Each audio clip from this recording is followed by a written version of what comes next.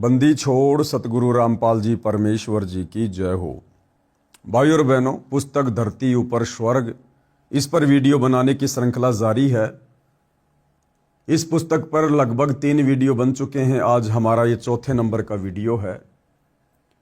इस पुस्तक को लिखने का और आज वीडियो के माध्यम से आप भाई बहनों को समझाने का केवल एक ही मकसद है कि आखिर धरती के ऊपर स्वर्ग जैसा माहौल कैसे कायम हो, कैसे कलयुग में सतयुग की स्थापना हो, हमारे आचार विचार व्यवहार में दैनिक क्रियाओं में क्या क्या परिवर्तन होना चाहिए जो हम सत्संग के अभाव में नहीं कर पा रहे हैं और हमारी लाख कोशिशों के बावजूद भी धरती पर शांति स्थापना नहीं हो पा रही है।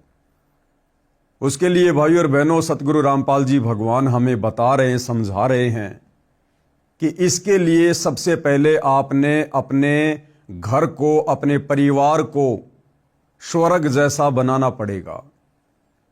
और घर परिवार केवल धन से, माया से स्वर्ग जैसा नहीं बनता। जिस घर में जितना ज्यादा धन होगा, जितनी ज्यादा माया होगी, उस घर में उतनी ही ज्यादा अशांति होगी, टेंशन होगी। घर स्वर्ग बनेगा परमात्मा की सत भक्ति से, शास्त्र अनुकूल साधना से, और शास्त्र अनुकूल साधना मिलेगी तत्वदर्शी संत की शरण में आने से। और आज धरती पर एकमात्र तत्वदर्शी संत, पूर्ण संत, या यूं कह लीजिए संत रूप में परमात्मा केवल सतगुरु रामपाल जी हैं। इनकी शरण में आने के बाद, इनके उपदेश को ग्रहण करने के बाद, इन्हीं के आशीर्वाद से हमारी दैनिक क्रियाओं में परिवर्तन हो सकता है। हमारे आचार विचार व्यवहार में परिवर्तन होगा ही होगा। तो पहले हम सुधरेंगे, फिर अपने बच्चों को उपदेश दिलाकर उनको भी भक्ति मार्ग पर लगाकर सुधारेंगे। हम सुधरेंगे तो परिवार सुधरेगा, परिवार सुधरेगा तो गांव सुधरेगा, समाज सुधरेगा। और इस प्रकार से पूरी पृथ्वी पर जिस दिन घर घर में सतगुरु रामपाल जी के द्वारा दी जा रही शास्त्र अनुकूल भक्ति होने लगेगी, तो भाई और बहनों, ऑटोमेटिक इस पृथ्वी का माहौल सतयुग जैसा होगा, स्वर्ग जैसा होगा। उसके लिए हमें गुरुदेव भगवान ने इस पुस्तक में बताया कि सर्वप्रथम हमने समाज को बिगाड़ने वाली, अश्लीलता फैलाने वाली, समाज को कर्जे के बोझ तले दबाने वाली उन तमाम प्रकार की कुरीतियों से, झूठी मर्यादाओं से, परंपराओं से हमने बाहर निकलना पड़ेगा। जैसे शादी विवाह में दुनिया भर का खर्चा करना, लोक दिखावा करना, अन्य त्योहारों पर दुनिया भर का खर्चा करना, किसी भी प्रकार के नशे से दूर रहना, हमने इन तमाम प्रकार की बुराइयों से पीछे हटना पड़ेगा। और ये कहने मात्र से नहीं हो सकता, सरकार के द्वारा सख्त नियम लागू करने से नहीं होता। जब तक हमें आत्मज्ञान नहीं होगा, हम अपने विषय में नहीं जानेंगे, स्वयं को नहीं पहचानेंगे, मैं कौन हूं, मेरा जन्म क्यों हुआ है, क्यों मर रहा हूं, क्यों जन्म ले रहा हूं। आज मेरे पास परिवार है, सब कुछ है, अचानक से परिवार का कोई सदस्य मर जाता है, मरने के बाद मैं कहां जाऊंगा, मेरे बच्चे कहां जाएंगे, इस संपत्ति का क्या होगा। तो सबसे पहले आत्मज्ञान होना बहुत जरूरी है। और जब आत्मज्ञान होगा तब हम परमात्म ज्ञान की प्राप्ति के लिए सोचेंगे। और ये आत्मज्ञान और परमात्म ज्ञान सच्चे सतगुरु की शरण में आए बिना, उनके सत्संग सुने बिना हमें कभी भी नहीं हो सकता। तो भाई और बहनों, एक ही तरीका है सत भक्ति, जो कि सतगुरु रामपाल जी समाज को प्रदान कर रहे हैं। और उसी सत भक्ति से परिवार के कलेश, परिवार की कलह, छोटी छोटी बातों को लेकर लड़ाई झगड़े, जो कंजरपना सबके घरों में है, वो मिटेगा। अन्यथा झगड़े समाप्त नहीं हो सकते। सत्संग से घर की कलह समाप्त होती है। आज घर घर में बाप बेटी की लड़ाई, माँ बेटी की लड़ाई, ननद भाभी की लड़ाई, पति पत्नी की लड़ाई, घर घर में किसी न किसी बात को लेकर। तो ये तमाम प्रकार के लड़ाई झगड़े भी सत्संग से ही समाप्त होंगे, क्योंकि सत्संग से हमें ज्ञान होता है। एक माई अपनी पुत्र वधू पर बात बात पर गुस्सा किया करती थी। छोटी छोटी गलतियों को बढ़ा चढ़ाकर अपने बेटे से कहती और पुत्र अपनी पत्नी को धमकाता। इस प्रकार घर नरक बना हुआ था। पुत्र वधू अपनी सासू माँ से कभी कभी कहती थी कि आप सत्संग जाया करो। अपनी पड़ोसन भी जाती है। सासू माँ बोली कि सत्संग में तो आई गई यानी बदचलन स्त्रियां जाती हैं, जिनका संसार में सम्मान नहीं होता, जो अच्छे खानदान की नहीं है, और हम खानदानी हैं, हमारा क्या काम सत्संग में। ऐसे पुत्र वधू ने कई बार कोशिश की, परंतु माई मानने को तैयार नहीं होती। एक दिन गांव की स्त्री किसी कार्यवश उनके घर आई तो सास अपनी पुत्र वधू को गालियां दे रही थी, धमका रही थी कि आने दे तेरे खशम को, यानी तेरे पति को, आज तेरी खाल उतराऊंगी। बात क्या थी कि गिलास में चाय रखी थी, जो सास के लिए डालकर पुत्र वधू बच्चे को लेने अंदर चली गई थी, जो सोया हुआ था, जागने पर रो रहा था। उस बच्चे को उठाकर लाने में 1 मिनट भी नहीं लगी थी कि इसी बीच में कुत्ता आया और चाय के गिलास में जीभ मारने लगा। गिलास गिर गया, चाय पृथ्वी पर बिखर गई। सासू माँ आंगन में उस गिलास से मात्र 20 फुट की दूरी पर चारपाई पर बैठी थी। हट्टी कट्टी थी, खेतों में सैर सपट्टे करने जाती थी, परंतु काम के हाथ नहीं लगाती थी। इसी बात पर कलह कर रही थी। गांव के दूसरे मोहल्ले से आई माई सत्संग में जाती थी। जो उनके घर पर उनकी पड़ोसन आई थी वो सत्संगी थी। सब बात सुनकर उसने भतेरी, यानी उस सास का नाम क्या था, बतेरी, बतेरी से कहा कि आप सत्संग में चला करो। उसका वही जवाब था। उस सत्संग वाली भगतमती ने बहुत देर सत्संग में सुनी बातें बताई, परंतु भतेरी मानने को तैयार नहीं थी। भतेरी की दूसरी बहन उसी गांव में दूसरे मोहल्ले में विवाह रखी थी, यानी जो भतेरी थी उसकी बहन भी उसी गांव में ब्याही हुई थी, जिस पाने की वह सत्संग वाली माई जानकी थी। भतेरी की बहन का नाम दया कौर था। जानकी ने जाकर दया कौर से बताया कि तेरी बहन भतेरी ने तो घर का नरक बना रखा है, बिना बात की लड़ाई करती है। मैं कल किसी कार्यवश गई थी, एक चाय का गिलास कुत्ते ने गिरा दिया, उसी का महाभारत बना रखा था। दया कौर भी जानकी के कहने से सत्संग सुनने गई थी और दीक्षा ले ली थी। जानकी ने कहा कि उसको जैसे तैसे एक बार सत्संग में ले चल। जब तक संतों के विचार सुनने को नहीं मिलते तो व्यक्ति व्यर्थ की टेंशन यानी चिंता स्वयं रखता है तथा घर के सदस्यों को भी चिंता में रखता है। दया कौर अगले दिन अपनी बहन के घर गई। किसी बहाने भतेरी को अपने घर ले गई। वहां से कई अन्य औरतें सत्संग में जाने के लिए जानकी के घर के आगे खड़ी थी। वे दया कौर को सत्संग में चलने के लिए कहने उसके घर गई। वहां उसकी बहन भतेरी को देखकर उसे भी कह सुनकर साथ ले गई। भतेरी ने जीवन में प्रथम बार सत्संग सुना। आश्रम में कैसे स्त्री पुरुष रहते हैं सब आंखों देखा तो अच्छा लगा। जैसे अनाप शनाप सुना करती थी वैसा आश्रम में कहीं देखने को नहीं मिला। सत्संग में बताया गया कि कई व्यक्ति अपनी बहन, बेटियों, बहुओं तथा अन्य स्त्रियों को सत्संग नहीं भेजते और ना स्वयं जाते हैं। वे कहते हैं कि हमारे सत्संग में जाने से घर की इज्जत का नाश हो जाएगा, हमारी बहू बेटियां बदनाम हो जाएंगी। उनको विचार करना चाहिए कि जब सत्संग में न आने से परमात्मा के विधान का ज्ञान नहीं होता कि भक्ति न करने वाले स्त्री पुरुष अगले जीवन में महान कष्ट भोगते हैं। सूक्ष्म वेद में बताया है कि जो मनुष्य शरीर प्राप्त करके भक्ति नहीं करते उनको क्या क्या हानि होती है। कबीर हरि के नाम बिना नारी कुतिया हो, गली गली भोकत फिरे टूक न डाले कोई। संत गरीबदास जी की वाणी से बीबी पर्दे रहे थी। बीबी यानी वो घर की औरतें, वो पर्दे में रहा करती थी। जैसे राजा महाराजाओं की बहन बेटियां, स्त्रियां, कुछ समय पहले तक ठाकुरों की बहन बेटियां, स्त्रियां वो घर के अंदर रहा करती थी। वो पुरुष उन स्त्रियों को घर से बाहर नहीं निकलने दिया करते थे। कोई भी कार्य खेतों का या घर का स्त्रियों से नहीं करवाते थे। ये तो हमने भी देखा है भाई और बहनों। जब हम छोटे छोटे थे, हमारे गांव के पास में एक ठाकुरों का गांव था। जब हम किसी कार्यवश वहां जाते थे तो वो ठाकुर खुद ही गाय भैंस का गोबर खेतों में डाल के आते थे। घर का पानी भी खुद ही भरा करते थे। लेकिन अपने घर की औरतों को बाहर कार्य के लिए नहीं जाने दिया करते थे कि ये तो हमारे घर की इज्जत है। एक परंपरा के तहत उनको घर में रखा करते थे। तो कहते हैं बीबी पर्दे रहे थी और ड्योडी लगती बाहर। ड्योडी यानी एक आध नौकरानी भी रहा करती थी।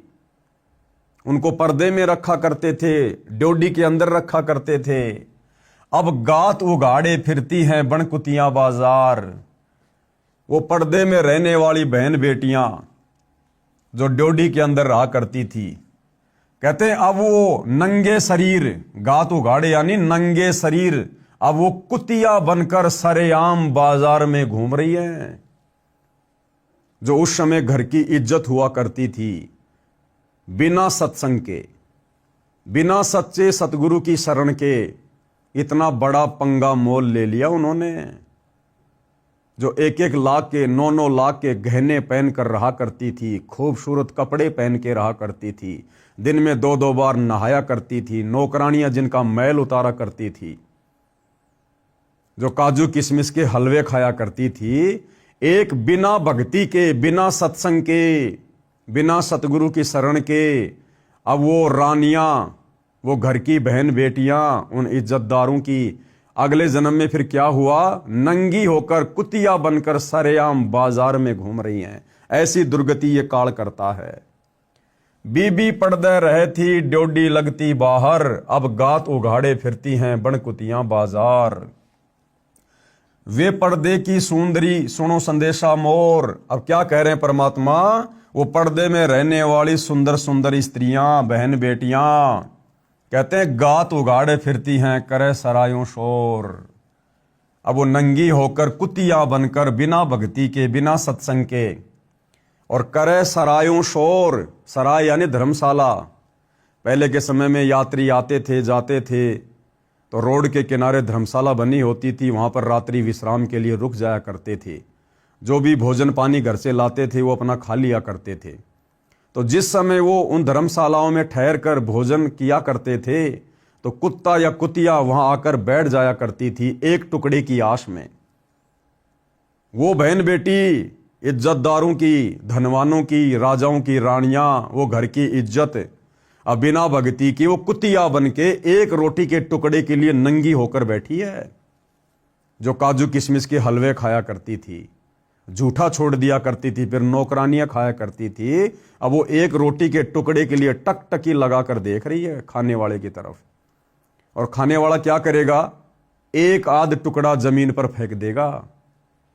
अब वो बहन, वो बेटी, वो राजा की रानी, वो पर्दे में रहने वाली सुंदरी जिसने भक्ति नहीं की, वो एक रोटी का टुकड़ा खाएगी, साथ में 10 ग्राम मिट्टी भी खाएगी। अब वो काल ऐसे दुर्गति करता बिना भजन के, बिना सत्संग के। वे पर्दे की सुंदरी सुनो संदेशा मोर, गात उगाड़े फिरती हैं करे सरायों शोर। नक बेसर नक पे बनी पहरे थी हार हमेल। यानी कई कई लाख के गहने पहनने वाली वो माता बहनें जिन्होंने भक्ति नहीं करी, अब सुंदरी से कुतिया बनी सुन साहिब के खेल। बिना भक्ति के अब सुंदर स्त्री से वो कुतिया बनकर घूम रही है। ऐसा खेल खेल दिया परमात्मा ने उनके साथ में अपने विधान अनुसार।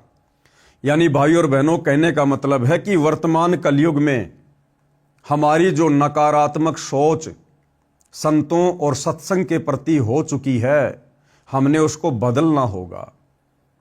आज चाहे कोई बहन बेटी किसी भी ऊंचे पद पर है, कितनी भी धनवान है, अगर उसने सत भक्ति नहीं की, और सत भक्ति होगी सच्चे सतगुरु से उपदेश लेकर, और सच्चा सतगुरु वर्तमान में पूरी पृथ्वी पर केवल एक ही है, सतगुरु रामपाल जी।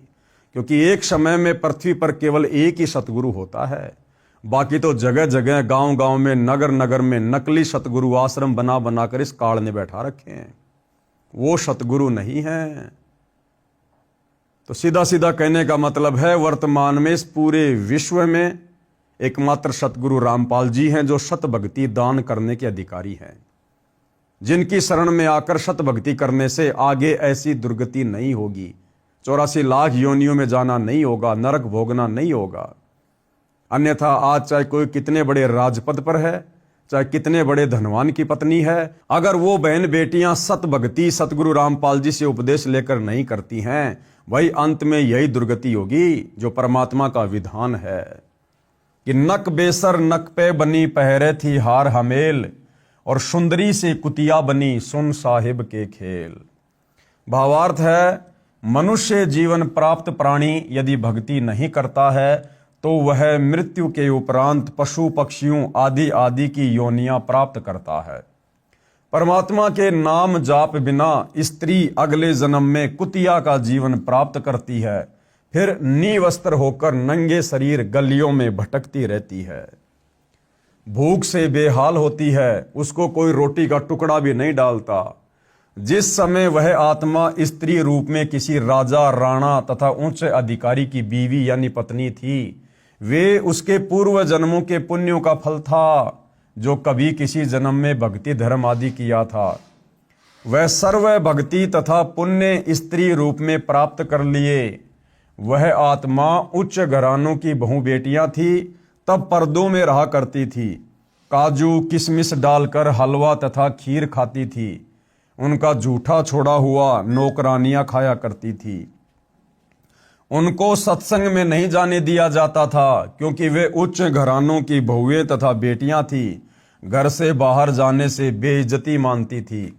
बड़े घरों की इज्जत इसी में मानी जाती थी कि बहु बेटियों का पर्दों में घर में रहना उचित है। इन कारणों से वह पुण्यात्मा सत्संग विचार न सुनने के कारण भक्ति से वंचित रह जाती थी।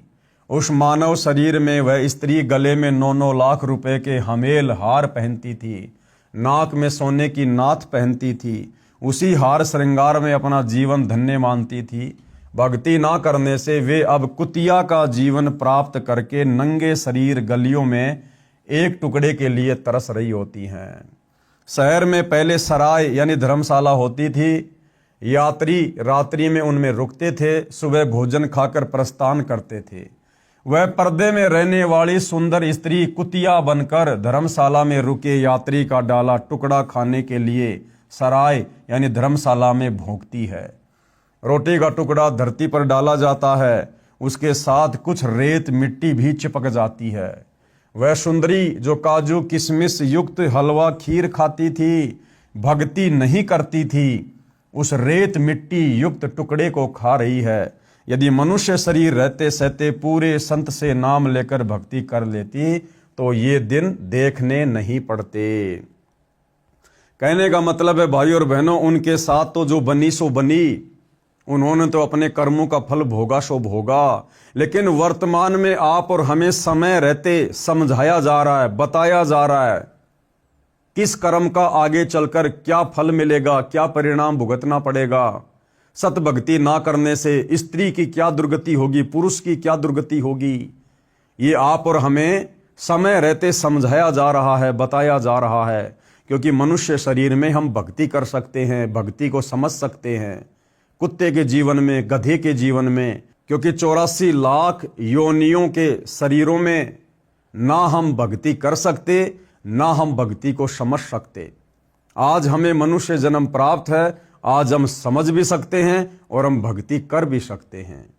और यदि आज इस गोल्डन टाइम में जब भक्ति करवाने वाले पूर्ण संत स्वयं धरती पर प्रकट हैं, यदि हम नहीं जागेंगे, जेब से मोबाइल निकालकर यूट्यूब पर उनके सत्संग नहीं सुनेंगे, उनसे उपदेश प्राप्त करके सत भक्ति नहीं करेंगे, तो जो दुर्गति भक्ति ना करने वालों की होती है, जो इस पुस्तक में लिखा हुआ है, जो परमेश्वर का अटल विधान है, फिर हमारे साथ भी वही बनेगी। वही कुतिया के जीवन भोगने पड़ेंगे, गधे के जीवन भोगने पड़ेंगे। परमात्मा कहते हैं एक हरि की भक्ति बिन नारी कुतिया होए, गली गली भोकत फिरे टूक न डाल कोई। फिर परमात्मा कहते हैं एक हरि की भक्ति बिन राजा गधा हो, और माटी लदे कुम्हार की घास न डाले कोई। चाहे देश का राजा क्यों ना है, अगर सत भक्ति सच्चे सतगुरु से उपदेश लेकर नहीं की, और राजा भी अगले जन्म में 84 लाख में गधा बनेगा, गधा। ये परमात्मा का अटल विधान है। तो समझदार व्यक्ति कभी भी ऐसी आफत मोल नहीं लेगा। कबीर हरि के नाम बिन राजा ऋषभ हो, ऋषभ यानी गधा खच्चर, और माटी लदे कुम्हार के घास न डाले कोई। भगवान की भक्ति न करने से राजा गधे का शरीर प्राप्त करता है, कुम्हार के घर पर मिट्टी ढोता है, घास स्वयं जंगल में खाकर आता है। फिर ऐसी दुर्गति होगी उस राजा की, उस बड़े अधिकारी की, जो आज नौकरों के माध्यम से 56 प्रकार के पकवान भोग रहा है। अगले जन्म में गधा बनेगा, घर पर उसको कुम्हार खाना भी नहीं देगा। फिर पीछे तू पशुआ कीजे दीजे बैल बनाए। फिर और क्या दुर्गति होगी।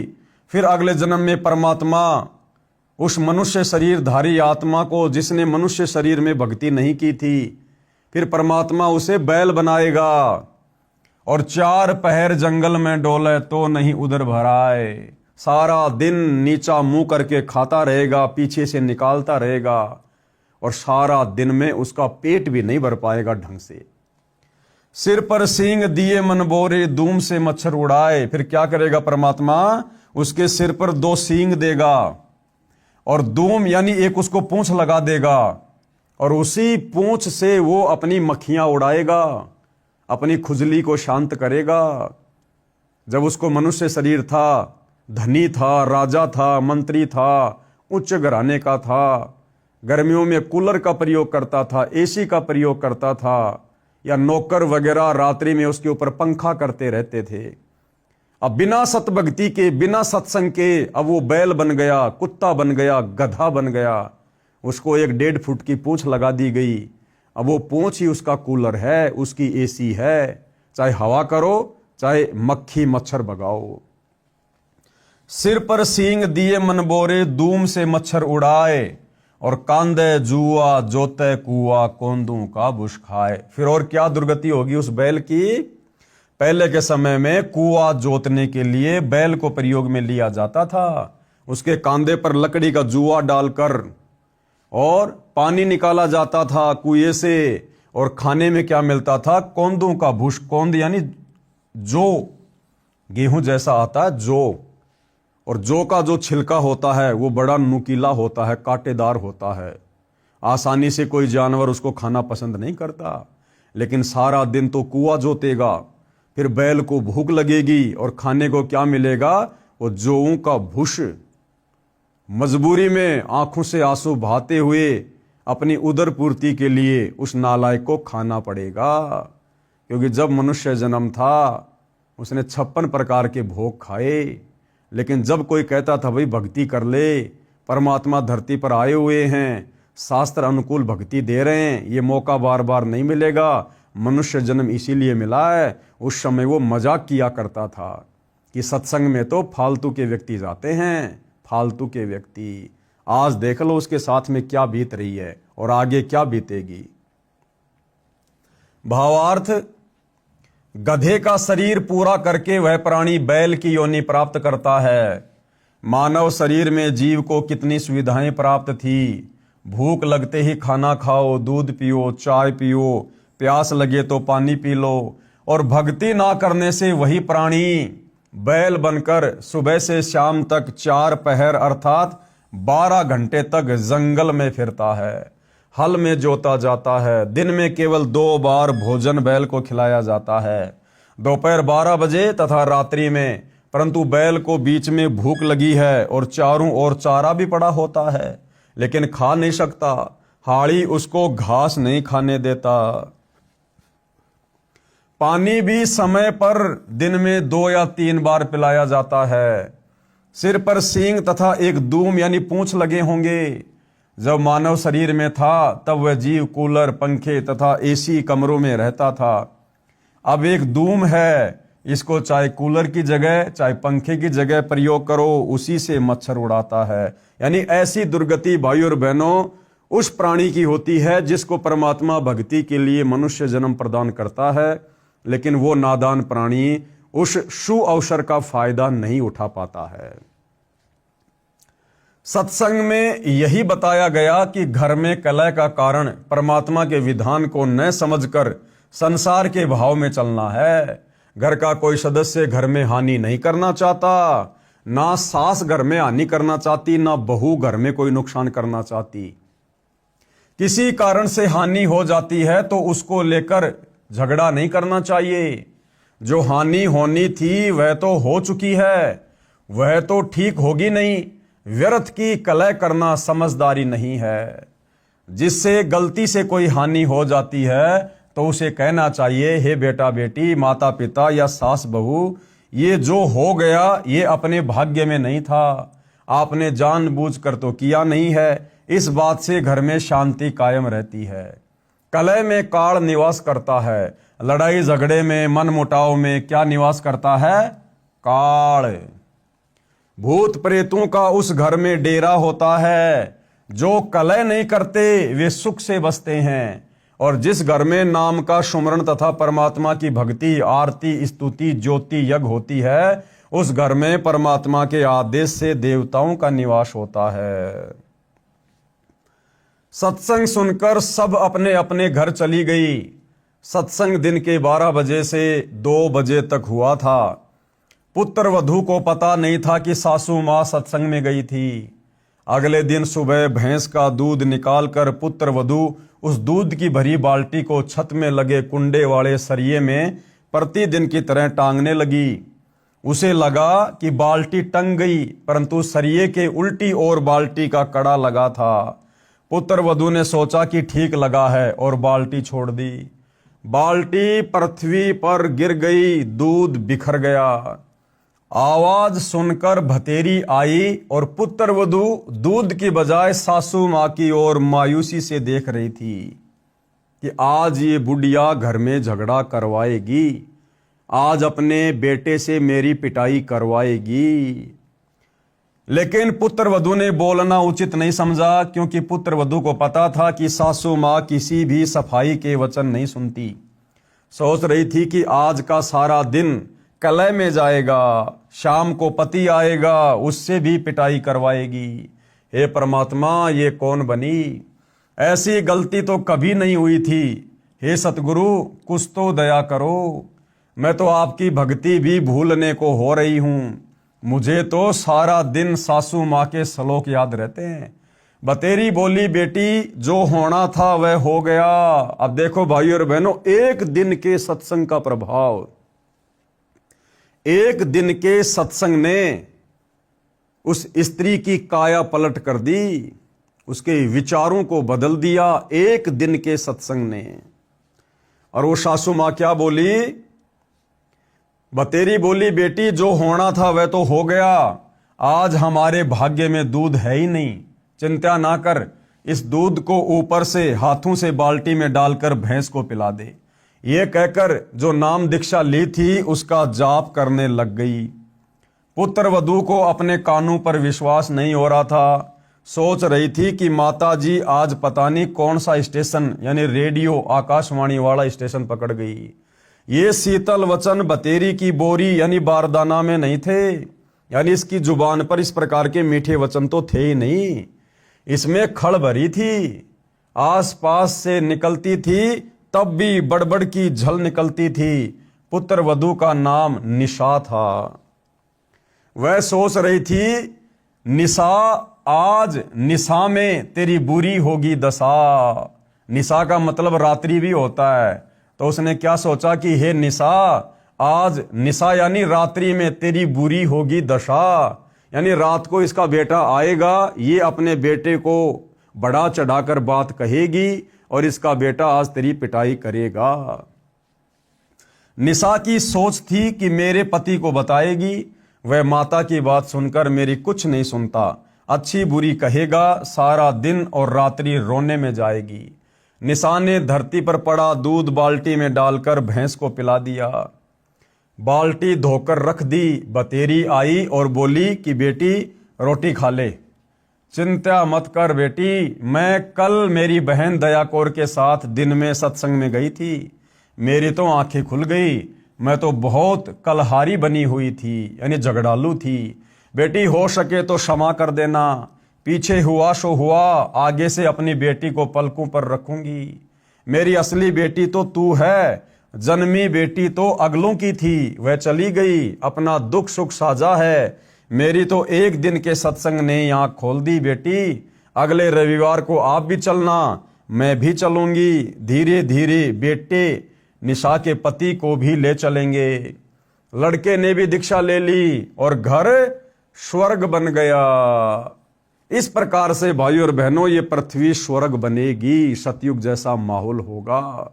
यदि सत्संग सुनकर, सतगुरु से उपदेश लेकर हमने उनके वचनों को अपने ऊपर लागू नहीं किया, उन सत्संग रूपी वचनों पर अमल नहीं किया, तो भी भाइयों और बहनों किसी प्रकार का कोई बदलाव नहीं होगा। सत्संग भी लेना पड़ेगा, उपदेश भी लेना पड़ेगा, और सत्संग में बताई गई बातों को हमने अपने ऊपर धारण करना पड़ेगा, अमल करना पड़ेगा। जब हमारी क्रिया चेंज होंगी, हमारे आचार विचार व्यवहार में बदलाव आएगा, तो सामने वाला भी उससे प्रभावित होगा। विवेचन, इस पुस्तिका में सर्वप्रथम बताया गया है कि कर्म से सुख व कर्म से दुख होता है। पूर्व के जन्मों में किए अच्छे बुरे कर्मों के कारण सुख स्वर्ग तथा दुख नरक होता है। दुख का कारण पाप होता है। जैसे पैर में कांटा लग जाता है तो पीड़ा होती है। पीड़ा कांटे के कारण होती है। यदि कांटा निकाल दिया जाए तो दर्द बंद हो जाता है, क्योंकि दुख कांटे के कारण था। इसी प्रकार पूर्ण परमात्मा कबीर जी की भक्ति करने से पाप नाश यानी समाप्त हो जाता है, जीव सुखी हो जाता है। वह भक्ति करने की विधि व मंत्र दास के पास है। कौन कह रहे हैं? सतगुरु रामपाल जी। क्या कह रहे हैं?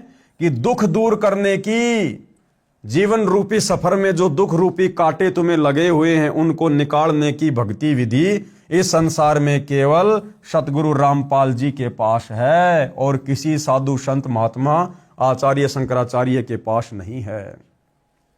जिससे आपको परमात्मा सुखी कर देगा, साधक का पाप नष्ट हो जाएगा और घर स्वर्ग बन जाएगा।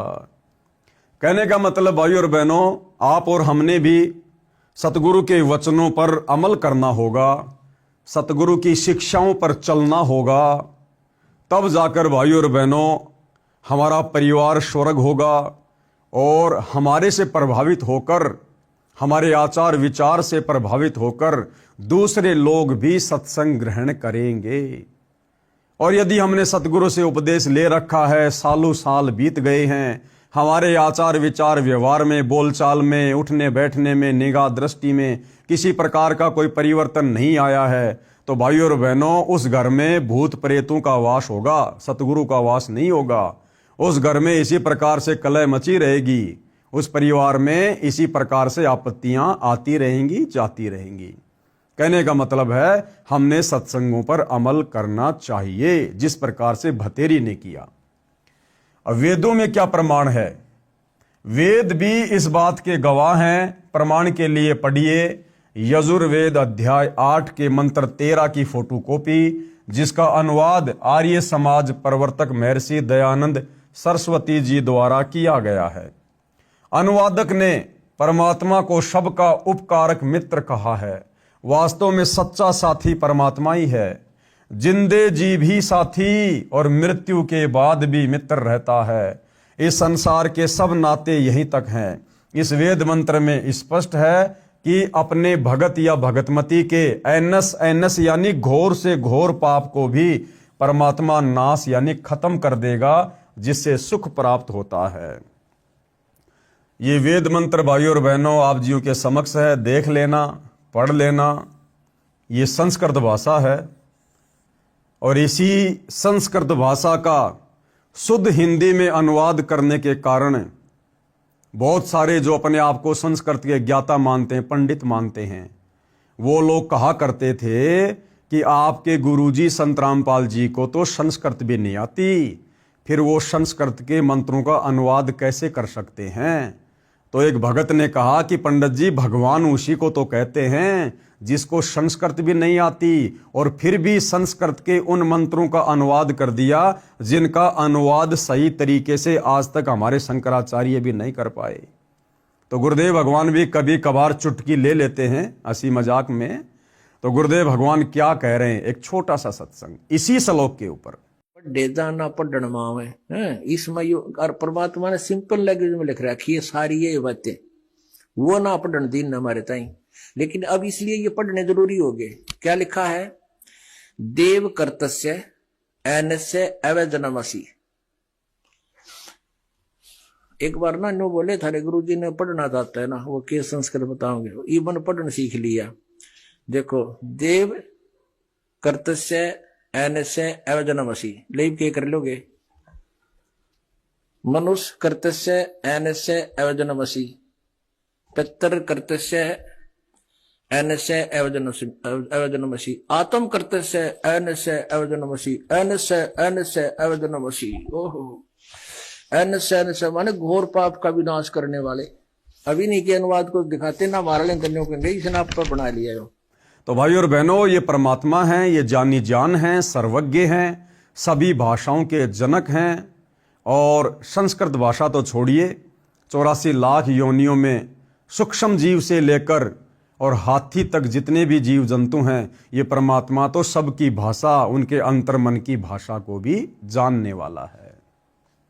तो क्या कहा गया है इस मंत्र में, हे सबके उपकारक करने वाले मित्र, यानी सबका भला करने वाले परमात्मा। मित्र शब्द यहां महर्षि जी ने परमात्मा के लिए संबोधित किया है कि ये सबका भला करने वाले परमात्मा, आप दान देने वाले के, एनस यानी अपराध के विनाश करने वाले हो, यानी आप घोर से घोर पापों का नाश करने वाले हो। साधारण मनुष्यों के किए हुए अपराध के विनाश करने वाले हो। पिता के किए हुए विरोध आचरण के अच्छे प्रकार हरने वाले हो। अपने किए हुए पाप के दूर करने वाले हो। अधर्म के नाश करने हारे हो, यानी घोर से घोर पापों के भी नाशक हो। जानता हुआ मैं जो कुछ भी अपराध करता हूं, अधर्माचरण किया या करता हूं या करूं, अनजान में जो कुछ भी किया करता हूं वह करूं, उस सब दुष्ट आचरण के दूर करने वाले आप हो। अब आगे क्या बताया जा रहा है, भक्ति करने से दुख समाप्त हो जाते हैं, कार्य सिद्ध होते हैं। जैसे पहले जमाने में हाथ से चक्की चलाते, हाथ से पशुओं का चारा काटते थे। अब बिजली से चलने वाली चक्की है तथा बिजली से चलने वाले गंडासे यानी मशीन से चारा काटते हैं। कितना आसान हो गया। इसी प्रकार परमात्मा कबीर जी यानी परम अक्षर ब्रह्म की भक्ति करने से भगत या भगतमती के सब कार्य आसान हो जाते हैं और घर स्वर्ग बन जाता है। जन्म मृत्यु का चक्कर सदा के लिए समाप्त हो जाता है। सबसे बड़ा लाभ क्या है कि परमात्मा की सत भक्ति सच्चे सतगुरु से लेकर करने से, मर्यादा में रहकर आजीवन धर्म कर्म करने से हमारी जन्म और मृत्यु का संकट भी टल जाता है, जो कि सबसे ज्यादा पीड़ा का कारण है, सबसे ज्यादा दुख का कारण है, जन्म और मृत्यु। जब तक जन्म और मरण समाप्त नहीं होगा, हमारे दुखों का नाश नहीं होगा। आज मान लीजिए हम मनुष्य शरीर में हैं, थोड़ा बहुत हमें सुख प्राप्त है, सत भक्ति नहीं की, जन्म मरण का रोग नहीं मिटा, कल को लक 84 योनि में जाएंगे, पशु पक्षियों के जीवन भोगेंगे। और आप जी देख रहे हैं भाई और बहनों, गधे, कुत्ते, सुअर, कीट पतंग, मक्खी मच्छर कितना कष्टमय जीवन जीते हैं। तो सतगुरु सत भक्ति करने वाले साधकों को जब तक वो इस लोक में रहेंगे, जिएंगे, तब तक भी उन्हें किसी प्रकार का कोई दुख नहीं होने देगा। और मरने के बाद परमेश्वर उन्हें अपने शवलोक सतलोक में लेकर जाएंगे, जहां जाने के बाद फिर जन्म और मृत्यु नहीं है, बुढ़ापा नहीं है, कष्ट नहीं है। तो कितना बड़ा फायदा भाई और बहनों। फिर किसी ने सवाल किया, मृत्यु भोज के विषय में आपके क्या विचार हैं? सतगुरु रामपाल जी से सवाल किया कि किसी व्यक्ति की मृत्यु हो जाने के बाद समाज की एक परंपरा के तहत गांव वालों को भोजन करवाया जाता है, लड्डू जलेबियां बनाई जाती हैं, तो इस मृत्यु भोज के ऊपर आप जी के क्या विचार हैं? तो गुरुदेव क्या कह रहे हैं? यह व्यर्थ है, यानी बेकार की परंपरा है, हम नहीं करते। यानी सतगुरु रामपाल जी के कबीर पंथ में इस प्रकार की बकवाद उनके भगत नहीं करते। और अब तो बुद्धिमान मानव समाज भी इस पर प्रतिबंध लगाने लगा है। कबीर साहिब जी की वाणी में बताया है कि कबीर जीवित बाप गैल लट्ठम लट्ठा और मुँह गंग पहुंचावे। यानी जब तक माता पिता जीवित हैं तब तक तो उनका आदर करते नहीं, उनकी इज्जत करते नहीं, अच्छा खाने को अच्छा पहनने को देते नहीं, और मरने के बाद इस झूठी परंपरा के तहत आप गंगा जी में जाओगे उनकी मुक्ति करवाने के लिए। तो जिस बेटा बेटी ने जीते जी माँ बाप की सच्ची सेवा करके उसको आनंद नहीं दिया, भला मरने के बाद इन व्यर्थ की परंपराओं में पढ़कर आप कैसे उनकी मुक्ति करवा दोगे?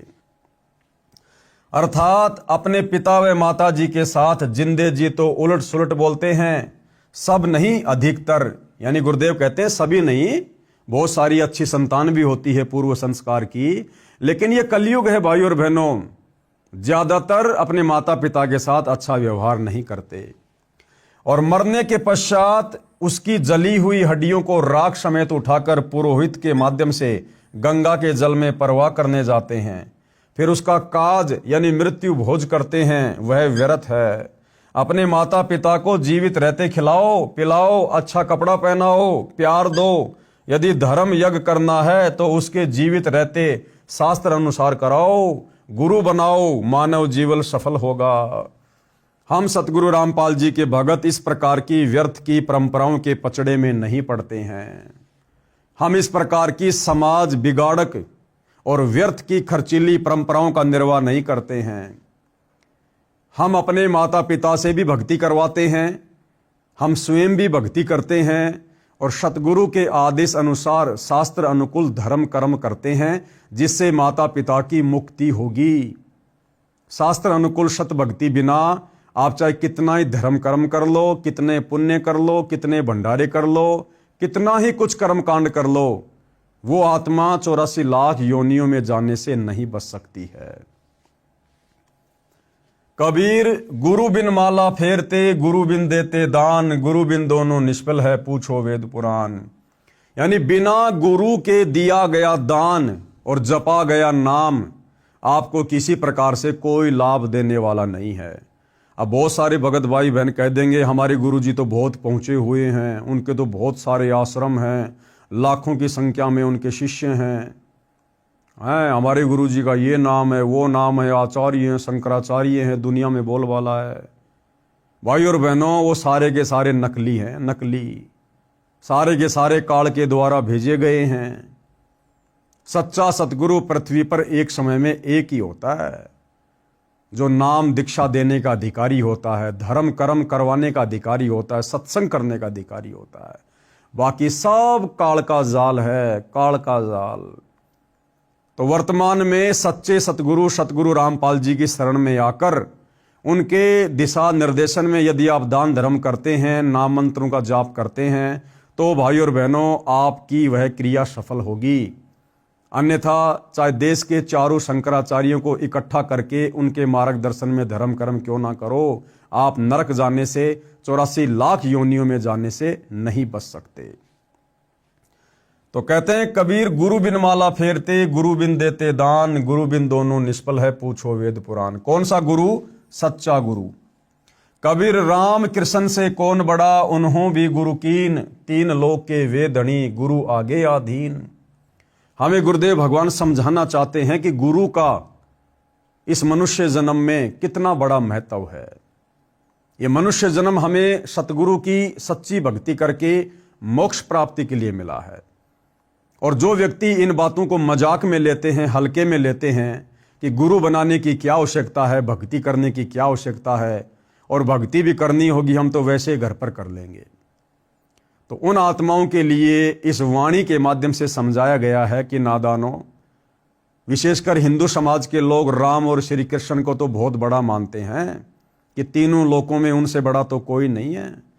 कहते हैं तुम्हारे रामचंद्र जी ने भी वशिष्ठ जी को गुरु बनाया और ओम मंत्र का जाप किया। तुम्हारे श्री कृष्ण जी ने भी तीन लोक के भगवान ने दुर्वासा ऋषि को गुरु धारण किया, उसके बाद भक्ति शुरू की। फिर आप और हमारे जैसे दो कोड़ी के जीवों की क्या औकात, जो बिना गुरु की भक्ति के वैसे मनमुखी रूप से दान धर्म करके नाम का जाप करके और हम मुक्ति प्राप्त कर लेंगे। तो कम से कम अपने भगवानों से शिक्षा ले लो। वो तीन लोक के स्वामी थे, लेकिन उनको भक्ति के विधान का पता था, परमात्मा के संविधान का पता था कि यदि हमने मनुष्य जन्म प्राप्त करके गुरु धारण करके भक्ति नहीं की तो हम वापस विष्णु पद पर नहीं जा सकते, हम सीधे नरक में जाएंगे, लक 84 में जाएंगे। क्योंकि जिसका गुरु नहीं होता उसको विष्णु लोक में एंट्री नहीं होती। अर्थात गुरु बनाए बिना दान करना, नाम जाप करना बेकार है। आप हिंदूजन श्री कृष्ण जी व श्री रामचंद्र जी से बड़ा किसी को नहीं मानते। उन्होंने भी गुरु बनाए। श्री राम जी ने वशिष्ठ ऋषि को गुरु बनाया तथा श्री कृष्ण जी ने दुर्वासा ऋषि को गुरु बनाया। ऋषि संदीपनी जी श्री कृष्ण जी के अक्सर गुरु यानी शिक्षक थे और ऋषि दुर्वासा अध्यात्म के गुरु थे।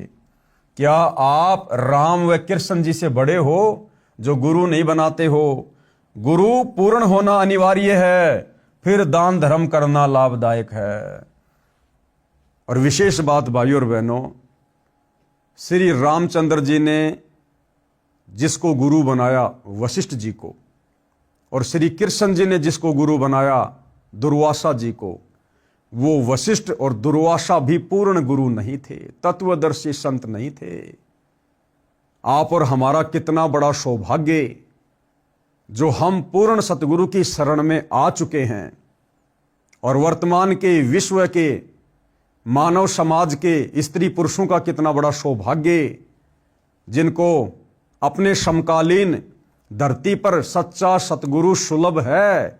यदि वे चाहें तो सत्संग सुनकर ज्ञान को आधार बनाकर इस सु अवसर का लाभ उठा सकते हैं, जो सु अवसर त्रेता में द्वापर में श्री राम और श्री कृष्ण जी को भी नसीब नहीं हुआ। आगे क्या कहा जा रहा है कि ये जो प्रसंग है ये धरती ऊपर स्वर्ग का चल रहा है कि धरती के ऊपर स्वर्ग कैसे कायम हो, कैसे स्वर्ग जैसा माहौल धरती पर बने, घर घर में नगर नगर में शांति हो, परमात्मा की भक्ति हो। कैसे होगा ये सब? उसके लिए हमने इस पुस्तक को बहुत ही धैर्य से दिल थाम कर पढ़ना होगा। आप जी से निवेदन है कि इस पुस्तक को दिल थाम कर श्रद्धा के साथ पढ़कर समझकर मुझदास लेखक यानी सतगुरु रामपाल जी के आश्रम में या नामदान केंद्र में आएं और शास्त्रोक्त साधना लेकर अपना तथा परिवार का निःशुल्क कल्याण करवाएं। धरती ऊपर ही स्वर्ग का एहसास करें। यदि इस पुस्तक को पढ़कर फिर भी लोक लाज के कारण इस दलदल में धंसा रहता है, समझदारी नहीं है, जैसे सती प्रथा थी, पति की मृत्यु हो जाती थी तो लोक लाज व कुप्रथा के कारण जवान पत्नी को भी जिंदा जलना पड़ता था। राजा भी इस प्रथा की मार से नहीं बचते थे। महाभारत ग्रंथ में प्रकरण है कि राजा पांडु की मृत्यु के पश्चात रानी माद्री उसके साथ सती हुई थी, यानी जिंदा जलकर मरी थी। राजा पांडु की दो पत्नियां थी, कुंती तथा माद्री। ये भी तो किसी समझदार पुरुष ने समाप्त करने का बीड़ा उठाया, यानी सती प्रथा को, जो समाज में कुप्रथा थी, उसको भी समाप्त करने के लिए किसी न किसी महापुरुष ने तो बीड़ा उठाया। उसको भी तो कितनी परेशानियों का सामना करना पड़ा होगा, आलोचनाओं का सामना करना पड़ा होगा, निंदा का पात्र बना होगा, लेकिन वो अपने मकसद पर अडिग रहा और अंत में उस कुप्रथा का सत्यानाश हुआ। तो वर्तमान में इस धरती पर सती प्रथा से भी भयंकर प्रथा, ये शास्त्र विरुद्ध साधना जो नकली धर्म गुरुओं ने घर घर में पनपा रखी है, ये जानलेवा बीमारी है। सीधा आपको नरक में ठोकेगी। उस चिता पर तो केवल वो स्त्री एक ही बार जलकर पीड़ा का एहसास करती थी, लेकिन ये शतभक्ति ना करने के कारण आप सीधे लक 84 में जाओगे। गधे, कुत्ते, बैल, हाथी, सूअर के शरीर प्राप्त करोगे और एक बार नहीं, दो बार नहीं, 84 लाख बार मरोगे, 84 लाख बार, और जन्म जन्म ये कष्ट सहन करना पड़ेगा। तो इस भयंकर कुप्रथा का जो हमारे धर्म गुरुओं ने घर घर में फैला रखी है, यानी शास्त्र विरुद्ध साधना, इस शास्त्र विरुद्ध साधना को समाप्त करके शास्त्र अनुकूल साधना आप और हमें प्रदान करने के लिए आज सतगुरु रामपाल जी सन 1994 से संघर्ष कर रहे हैं, और इसी संघर्ष के चलते उनको जेल भी जाना पड़ा।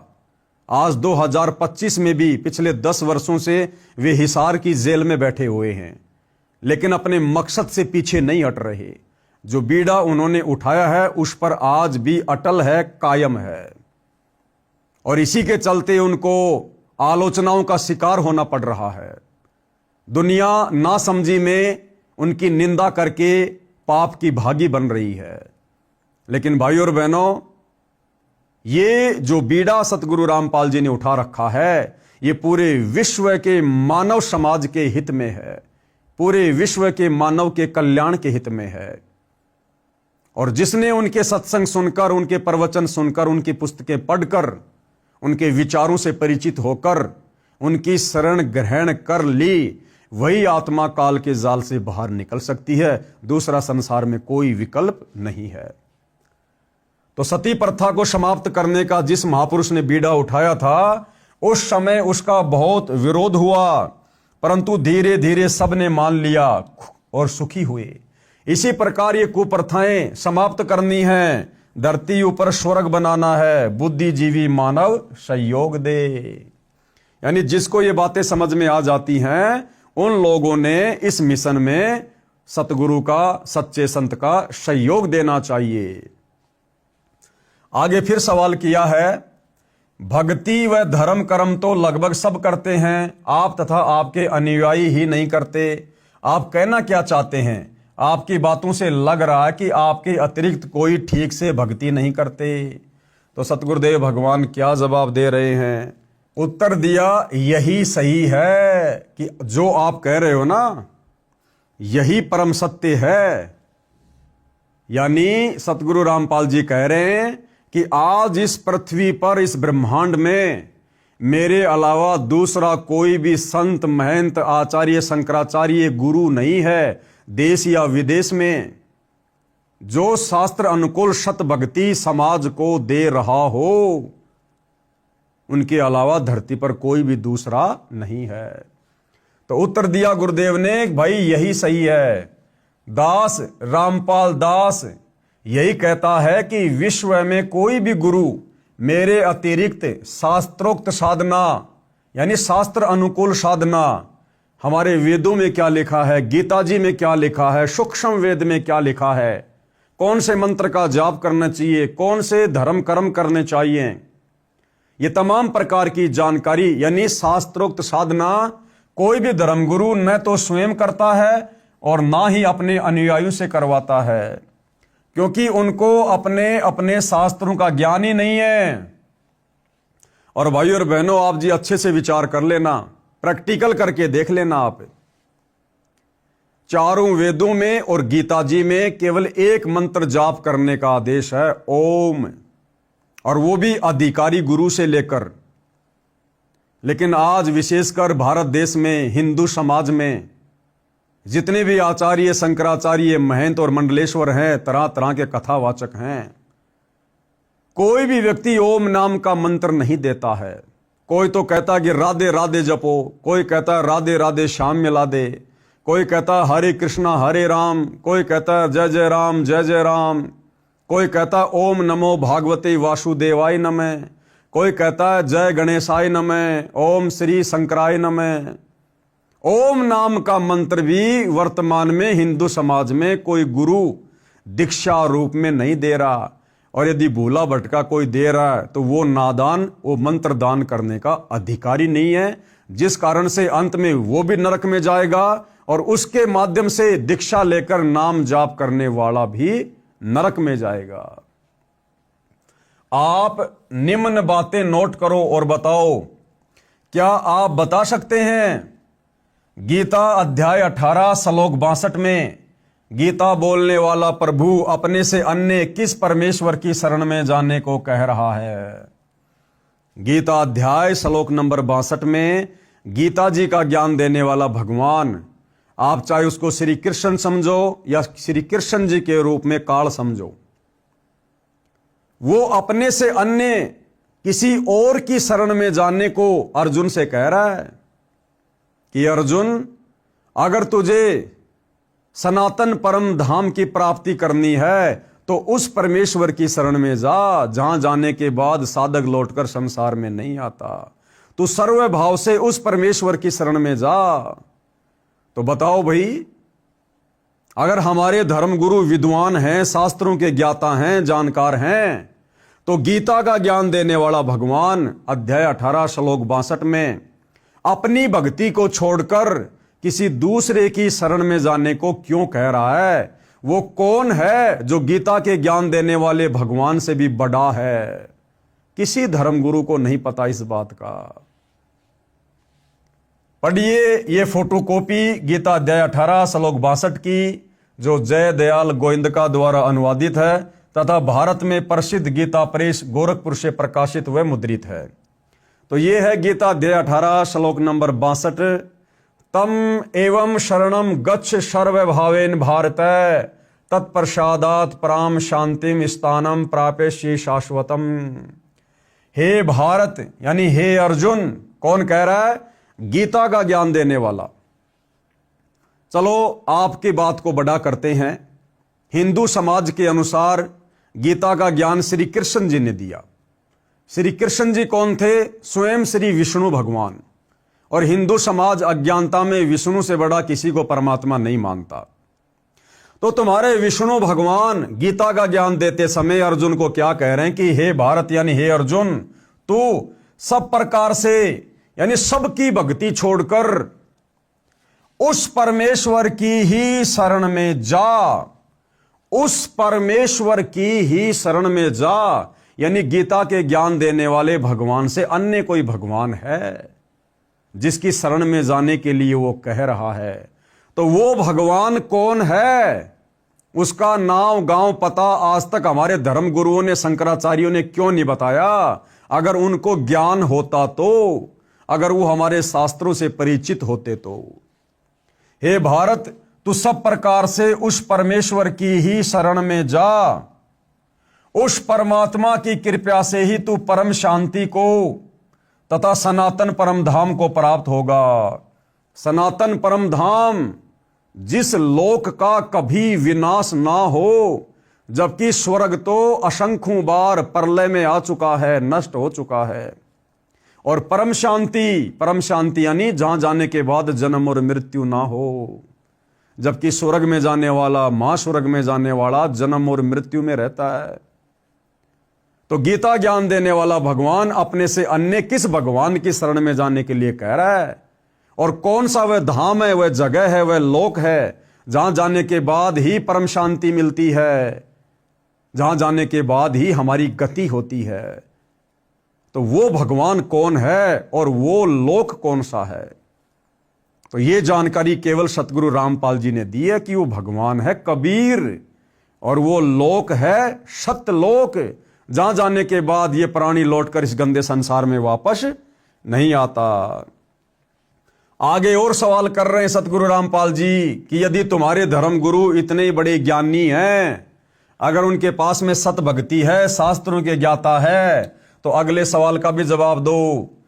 गीता अध्याय 7 श्लोक 29 में गीता ज्ञान देने वाले प्रभु ने कहा है कि जो भगत केवल जरा यानी बुढ़ापे के दुख से तथा मरण यानी मृत्यु के दुख से छूटने के लिए ही प्रयत्नशील हैं, यानी साधना भक्ति करते हैं, वे तत् ब्रह्म यानी उस ब्रह्म यानी गीता अध्याय 18 श्लोक 62 में बताए परमेश्वर को, यानी उस कबीर भगवान को तथा संपूर्ण अध्यात्म ज्ञान यानी तत्व ज्ञान को तथा संपूर्ण कर्मों को जानते हैं, यानी एक लेवा एक देवा दूतम वाली कथा जानते हैं। तो बताओ वो तत्व ब्रह्म कौन है जिसको जानने के बाद भगत केवल बुढ़ापे और मृत्यु से पीछा छुटाने के लिए भक्ति करता है? वो तत्व ब्रह्म क्या है जो गीता अध्याय 7 श्लोक नंबर 29 में गीता का ज्ञान देने वाला प्रभु अर्जुन से कह रहा है? वो तत्व ब्रह्म क्या है, कौन है? क्या आज तक हमारे धर्म गुरु आचार्य शंकराचार्य ये विद्वान लोग क्या उस तत्व ब्रह्म का एड्रेस बता पाए, उसका नाम बता पाए? नहीं बता पाए। गीता अध्याय 8 श्लोक 1 में, गीता अध्याय 8 श्लोक 1 में अर्जुन ने गीता ज्ञान देने वाले से प्रश्न किया कि किम तत्ब्रह्म, कि भाई वो तत्ब्रह्म क्या है? वो तत्ब्रह्म क्या है जिसके बारे में पता चलने के बाद भगत केवल बुढ़ापे और मृत्यु से बचने के लिए ही प्रयत्न करता है? तो अर्जुन ने सवाल किया गीता अध्याय 8 श्लोक 1 में, अर्जुन ने गीता ज्ञान देने वाले से प्रश्न किया कि किम तत्ब्रह्म, तत्ब्रह्म क्या है जिसके विषय में आपने गीता अध्याय 7 श्लोक 29 में कहा है? फिर इसका उत्तर गीता ज्ञान बताने वाले भगवान ने आपके अनुसार श्री कृष्ण जी ने गीता जी अध्याय 8 श्लोक नंबर 3 में जवाब दिया और कहा वह परम अक्षर ब्रह्म है। कौन है वो सर्वश्रेष्ठ परमात्मा? परम अक्षर ब्रह्म, सर्वश्रेष्ठ परमात्मा, कबीर देव, कबीर अग्नि, कबीर अमित ओझा, कबीर साहेब। वह वो परमात्मा जिसकी शरण में जाने के लिए गीता ज्ञानदाता अध्याय 18 श्लोक 62 में कह रहा है। तो हमारे धर्म गुरु आज तक हमारे को क्यों नहीं बता पाए, क्यों नहीं पढ़ा पाए? अगर उनको ज्ञान था तो।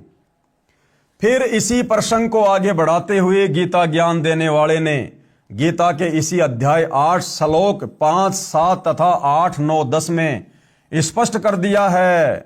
श्लोक 5 और 7 में क्या कहा कि जो पुरुष यानी जो भगत अंत काल में मुझको ही सुमरण करता हुआ शरीर को त्याग कर जाता है वह मेरे साक्षात रूप को प्राप्त होता है। इसमें कुछ भी संशय नहीं है। गीता अध्याय 8 श्लोक 5 यानी गीता ज्ञान देने वाला आपके अनुसार श्री कृष्ण, और यह तत्व ज्ञान होने के बाद हमारे अनुसार श्री कृष्ण जी के शरीर में प्रवेश करके काल बोल रहा है कि जो व्यक्ति मेरी साधना करता है, मेरे ओम नाम का जाप करता है, वो अंत समय में मुझ काल को ही प्राप्त होता है और मेरे ब्रह्मलोक में जाता है।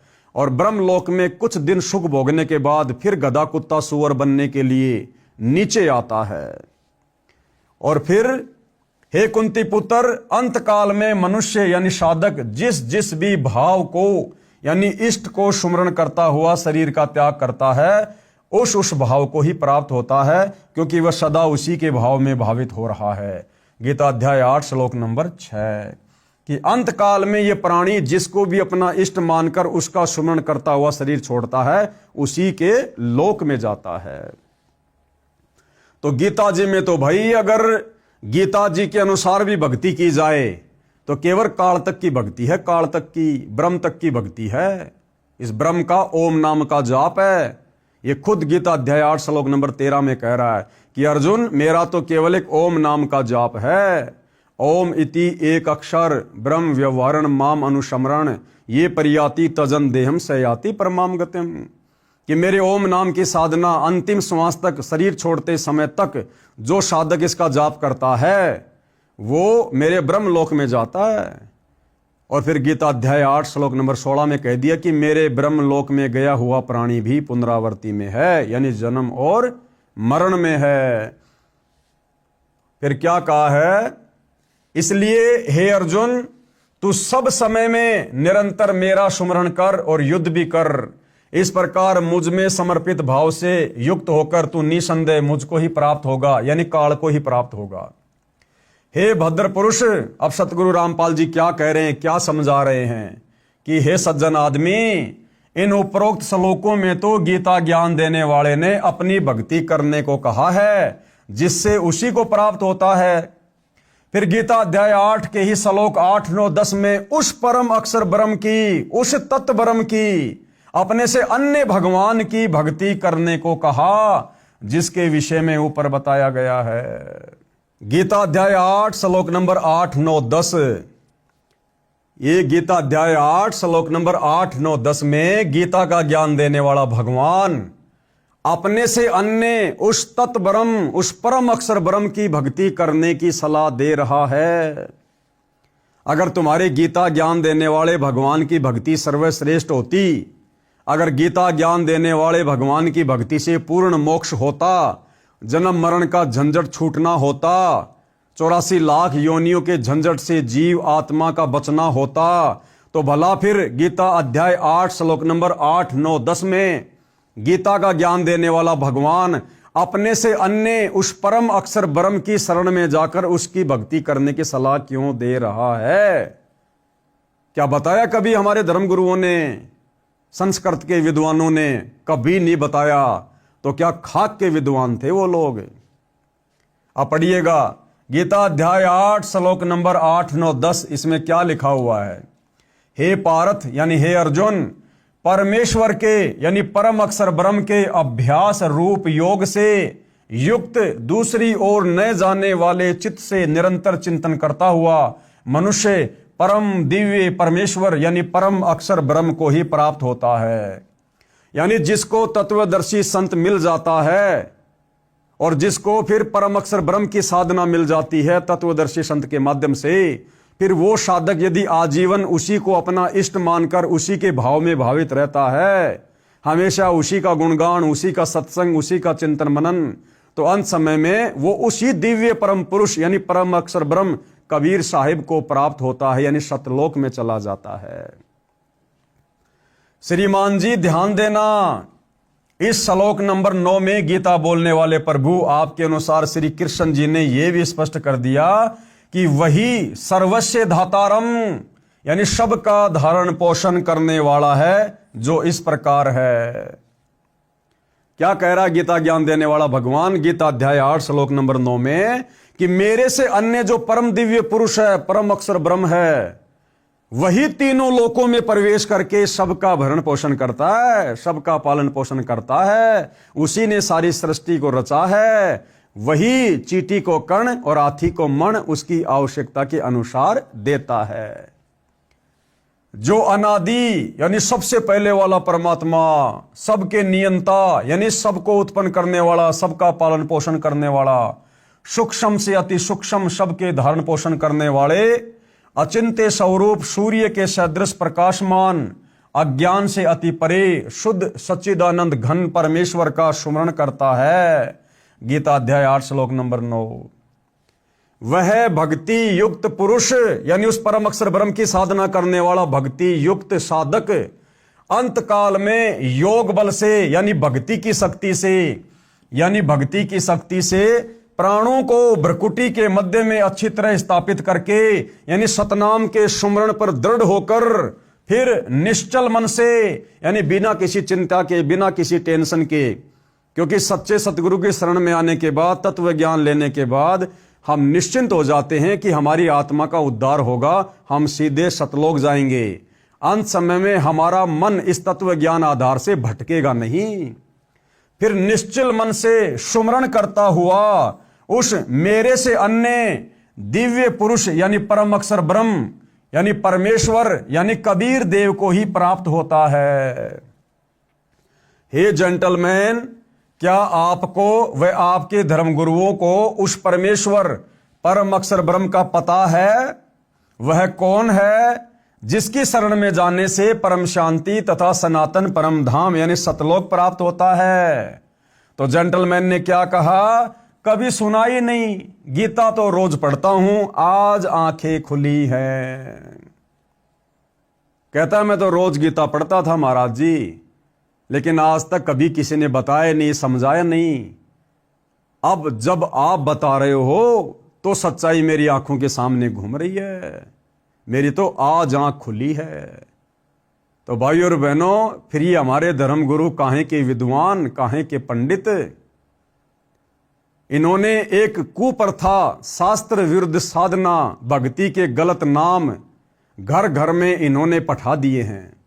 अब सतगुरु रामपाल जी ने उस शास्त्र विरुद्ध कुप्रथा का जड़ से सत्यानाश करना है और सत भक्ति सबके घर में प्रवेश करवाकर इस धरती को स्वर्ग समान बनाना है।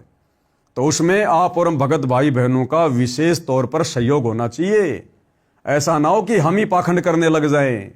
इसलिए हमने तो सत भक्ति मर्यादा में रहकर करनी है, साथ में हमने पूज्य गुरुदेव भगवान का सहयोग भी करना है, इस ज्ञान को फैलाकर लोगों को जागरूक करके। पढ़िए उपरोक्त गीता जी के सर्व श्लोकों की फोटोकॉपी। ये गीता अध्याय 7 श्लोक नंबर 29 की फोटोकॉपी है। जरा मरण मोक्षाय माम आश्रिते यतन्ति ये ते ब्रह्म तत्विदु कृत्स्नम अध्यात्म कर्म च अखिलम। यानी जो मेरे शरण होकर जरा और मरण से छूटने के लिए यत्न करते हैं, वे पुरुष उस ब्रह्म को, संपूर्ण अध्यात्म को तथा संपूर्ण कर्मों को जानते हैं। यानी जो व्यक्ति बुढ़ापे के कष्ट से और मृत्यु की पीड़ा से दुखी होकर उस तत्व ब्रह्म की ही साधना करते हैं, भगवान की भक्ति करते हैं, वो उस तत्व ब्रह्म से परिचित होते हैं। यानी इस संसार में केवल वही व्यक्ति बुढ़ापे के कष्ट से और मृत्यु की पीड़ा से परिचित होकर सत भक्ति करते हैं, मोक्ष प्राप्ति की चाहत रखते हैं, जो उस तत्व ब्रह्म से परिचित हो जाते हैं। अन्यथा किसी को पता ही नहीं मोक्ष क्या होता है। सब लोग अपनी उदर पूर्ति के लिए, घर में थोड़े बहुत सुख शांति के लिए ही भक्ति को केवल एक माध्यम बना रखा, साधन बना रखा है। मोक्ष तो बहुत दूर की बात है। मोक्ष के लिए भक्ति वो करेंगे जिनको तत्वदर्शी संत मिलता है, जिनको तत्व ज्ञान मिलता है। तो क्या कहा गया इस श्लोक में कि जो व्यक्ति जरा यानी बुढ़ापा और मरण यानी मृत्यु, इसके दुख से, पीड़ा से परिचित होकर जो मोक्ष प्राप्ति के लिए भक्ति करते हैं, समझो वे व्यक्ति उस तत्व ब्रह्म से, परम अक्षर ब्रह्म से, कबीर भगवान से परिचित हो चुके हैं। तो फिर गीता अध्याय 8 श्लोक नंबर 1 में अर्जुन ने पूछा कि भाई फिर वो तत्व ब्रह्म कौन है जिसके विषय में आप कह रहे हो कि जो व्यक्ति जरा और मरण के दुख से परिचित होकर केवल मोक्ष के लिए भक्ति करता है, वही उस तत्व ब्रह्म से परिचित होता है। तो वो तत्व ब्रह्म कौन है? तो अर्जुन क्या सवाल कर रहा है? किम तत्व ब्रह्म, किम अध्यात्म, किम कर्म पुरुषोत्तम, अधिभूतम च किम प्रोक्तम, अधिदैवम किम उच्यते। इस प्रकार भगवान के वचनों को न समझकर अर्जुन बोले, हे पुरुषोत्तम, यानी हे श्री कृष्ण, क्योंकि अर्जुन तो उसे कृष्ण ही मान रहा था, लेकिन कृष्ण के शरीर में प्रेत की तरह प्रवेश करके उस समय काल बोल रहा था। तो अर्जुन अपनी समझ के आधार से उसे पुरुषोत्तम कह रहा है, जबकि वो पुरुषोत्तम नहीं है। हे पुरुषोत्तम, वह ब्रह्म क्या है आप जिसके विषय में कह रहे हो कि वो तत्व ब्रह्म, तो वो तत्व ब्रह्म क्या है? अध्यात्म क्या है? कर्म क्या है? अधिभूत क्या कहा गया और अधिदैव किसको कहते हैं? तो इसका जवाब गीता ज्ञान देने वाले ने गीता अध्याय 8 श्लोक नंबर 3 में कहा, अक्षरम ब्रह्म परमम स्वभाव अध्यात्म उच्यते भूत भाव द्वैक्रम विसर्ग क्रम संचितज्ञे। इस प्रकार अर्जुन के प्रश्न करने पर श्री भगवान बोले, अर्जुन परम अक्षर ब्रह्म है। यानी गीता ज्ञान देने वाले ने कहा था गीता अध्याय 7 श्लोक नंबर 29 में कि जो व्यक्ति जरा और मरण के दुख से परिचित हो जाता है और मोक्ष प्राप्ति के लिए जो प्रयत्न करता है, समझो वो तत्व ब्रह्म से परिचित है। तो अर्जुन ने अध्याय 8 श्लोक 1 में सवाल किया कि वो तत्व ब्रह्म क्या है, वो भक्ति क्या है, वो कर्म क्या है? तो उसका जवाब गीता अध्याय 8 श्लोक नंबर 3 में देते हुए गीता ज्ञानदाता क्या कह रहा है कि वो परम अक्षर ब्रह्म है। अक्षरम ब्रह्म परमम, वो परम अक्षर ब्रह्म है भाई। अपना स्वरूप अर्थात जीवात्मा अध्यात्म नाम से कहा जाता है। भूतों के भाव को उत्पन्न करने वाला जो त्याग है वह कर्म नाम से कहा गया है। यानी अपने से अन्य उस परम अक्षर ब्रह्म दिव्य परमेश्वर कबीर देव के विषय में यहां गीता ज्ञान जानने वाला कह रहा है। फिर गीता अध्याय 8 श्लोक नंबर 5 की फोटोकॉपी, अंत काले च माम एवं शमरन मुक्तवा कलेवरम ये प्रयाति स मद्दावम याति न अस्ति अत्र संशय। जो पुरुष अंत काल में भी मुझको ही सुमरण करता हुआ शरीर को त्याग कर जाता है वह मेरे साक्षात स्वरूप को प्राप्त होता है, इसमें कुछ भी संशय नहीं है। यानी जो अंत समय में ओम नाम का जाप करते हुए इस काल की भक्ति करता है वो अंत में काल को ही प्राप्त होता है, ब्रह्मलोक को प्राप्त होता है। और फिर गीता अध्याय 8 श्लोक 6 की फोटोकॉपी। यम यम व अपि सुमरन भावम त्यजति अंते कलेवरम तम तम एवं एति कौन्ते सदा तदा भवावित। हे कुंती पुत्र, यह मनुष्य अंत काल में जिस जिस भी भाव को सुमरण करता हुआ शरीर का त्याग करता है उसको ही प्राप्त होता है, क्योंकि वह सदा उसी भाव से भावित रहा है। जैसे हम भगत हैं, अब हमें तत्व ज्ञान हो गया गुरुदेव के आशीर्वाद से, हम केवल परम अक्षर ब्रह्म सतगुरु रामपाल जी भगवान की भक्ति करते हैं, उन्हीं की पूजा करते हैं, उनको अपना इष्ट मानकर। क्योंकि कबीर पंथ में जो सच्चा कबीर पंथ होता है उसमें कबीर जी स्वयं ही गुरु बनकर आते हैं। वो परम अक्षर ब्रह्म स्वयं ही सतगुरु होता है और उसी को इष्ट मानकर भक्ति करने से जीव का आत्म कल्याण होता है। तो हम भगत भाई बहन एडी से लेकर चोटी तक मन कर्म वचन से, आत्मा से, हृदय से अपने गुरु को इष्ट मानकर उनकी पूजा पाठ, उनकी भक्ति करते हैं। तो अंत समय में हम उसी नाम का सुमरण करेंगे, गुरु का चिंतन करेंगे, उसी भाव में भावित रहेंगे, तो हम उसी के लोक में जाएंगे, यानी सतलोक में जाएंगे। फिर गीता अध्याय 8 श्लोक 7 की फोटोकॉपी। तस्मात् सर्वेषु कालेषु माम अनुस्मरण युद्धे च मयि अर्पित मनोबुद्धि माम एवं यस्यसि असंशयम्। इसलिए हे अर्जुन, तू सब समय में निरंतर मेरा सुमरण और युद्ध भी कर। इस प्रकार मुझ में अर्पण किए हुए मन बुद्धि युक्त होकर तू निसंदेह मुझको ही प्राप्त होगा, यानी काल को प्राप्त होगा। अगर काल की भक्ति करेगा, गीता ज्ञानदाता की, अंत समय में ओम नाम का जाप करेगा तो काल के लोक में जाएगा। गीता अध्याय 8 श्लोक 8 की फोटोकॉपी। अभ्यास योग युक्तेन चेतसा नान्ये गामिना परम पुरुष दिव्यम याति पार्थ अनुचिंतेन। हे पार्थ, हे अर्जुन, ये नियम है कि परमेश्वर के ध्यान के अभ्यास स्वरूप योग से युक्त होकर दूसरी ओर न जाने वाले चित्त से निरंतर चिंतन करता हुआ मनुष्य परम प्रकाश स्वरूप दिव्य पुरुष को अर्थात परमेश्वर को प्राप्त होता है। यानी ये परमात्मा का विधान है कि तत्वदर्शी संत से उपदेश लेने के बाद जो व्यक्ति परम अक्षर ब्रह्म की पूजा करता है, उसी के भाव में भावित रहता है, उसी का सुमरण करता है, उसी का चिंतन करता है, वो अंत काल में उस दिव्य परम पुरुष परमेश्वर परम अक्षर ब्रह्म कबीर देव को ही प्राप्त होता है, यानी वो सतलोक को जाता है। फिर गीता अध्याय 8 श्लोक नंबर 9 की फोटोकॉपी। कवीम, यहां देखो साफ साफ कबीर परमात्मा का नाम लिखा हुआ है। कवीम पुराणम अनुशासितारम अणो अणियासम अनुस्मृतु ये सर्वस्य धातारम अचिंत्य रूपम आदित्य वर्णम तमस प्रशतात। जो पुरुष सर्वज्ञ, पुरुष यानी परमात्मा, सर्वज्ञ यानी सब कुछ जानने वाला, वो कौन है? केवल कबीर देव। कवि यानी परमेश्वर का वेदों में नाम है कवि, कबीर देव। तो कबीर देव के अलावा दूसरा कोई भी ब्रह्मांड में सर्वज्ञ नहीं है। तो गीता अध्याय 8 श्लोक नंबर 9 में सांकेतिक रूप से कबीर परमेश्वर का नाम भी लिखा हुआ है। जो पुरुष सर्वज्ञ, अनादि, सबके नियंता, सूक्ष्म से भी अति सूक्ष्म, सबके धारण पोषण करने वाले, अचिंत्य स्वरूपम, सूर्य के समान सदृश्य, नित्य चेतन प्रकाश रूप और अविद्या से अति परे, यानी जो जगत गुरु है, शुद्ध सच्चिदानंद घन ब्रह्म परमेश्वर का सुमरण करता है। यानी तत्वदर्शी संत से उपदेश लेकर जो कबीर भगवान का सुमरण करता है, उनकी भक्ति करता है।